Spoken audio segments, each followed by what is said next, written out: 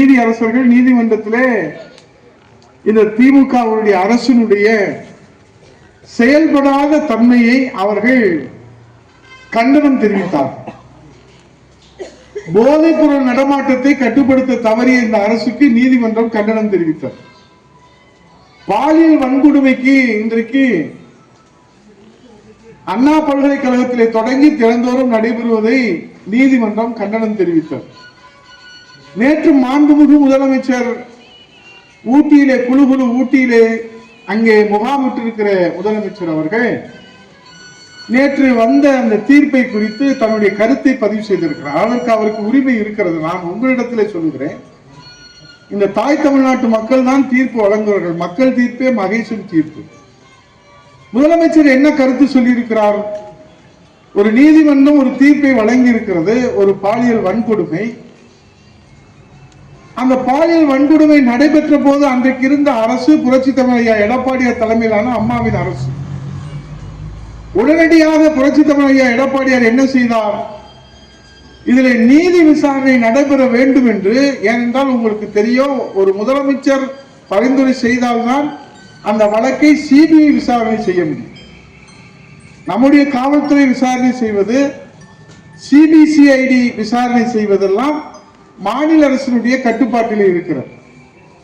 ஆனால் ஒரு வழக்கை இன்றைக்கு மக்களுக்கு நம்பிக்கை வரக்கூடிய வகையில் அன்றைக்கே முதலமைச்சர் புரட்சி தமிழர் எடப்பாடியார் அவர்கள் இதிலே நியாயம் கிடைக்க வேண்டும், பெண்கள் வன்கொடுமை என்பது ஒரு நாளும் இந்த மிருகத்தனமான செயலை அண்ணா திராவிட முன்னேற்ற கழகம் ஏற்றுக்கொள்ளாது, ஆகவே சிபிஐ விசாரணைக்கு பரிந்துரைத்த முதலமைச்சர் எடப்பாடி பழனிசாமி அவர்களால் தான் இன்றைக்கு அந்த பாதிக்கப்பட்ட நம்முடைய குழந்தைகளுக்கு இந்த மனித மிருகங்களிடமிருந்து விடுதலை கிடைத்திருக்கிறது, ஒரு நியாய தீர்ப்பு கிடைத்திருக்கிறது என்று சொன்னால், இதை தீர்ப்பை அண்ணா திராவிட முன்னேற்ற கழகம் எப்படி கையாண்டது என்பதை மூடி மறைக்கின்ற வகையிலே இன்றைக்கு முதலமைச்சராக இருக்கிற அன்றைய எதிர்கட்சி தலைவர் முத்துவேல் கருணாநிதி ஸ்டாலின் அவர்கள் இன்றைக்கு அவர்கள் கருத்தை பதிவு செய்ய அவரிடத்திலே கேட்கிறோம்.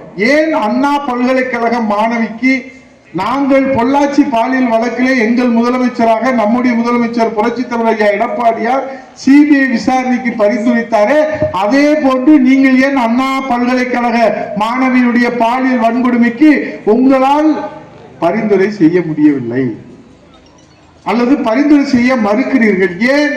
சட்டசபையிலே முதலமைச்சரே சொல்லுகிறார், அவர் குற்றவாளி, அவர் அண்ணா இன்றைக்கு திமுக கட்சியை சேர்ந்தவர் அல்ல, திமுகவுடைய அனுதாபி.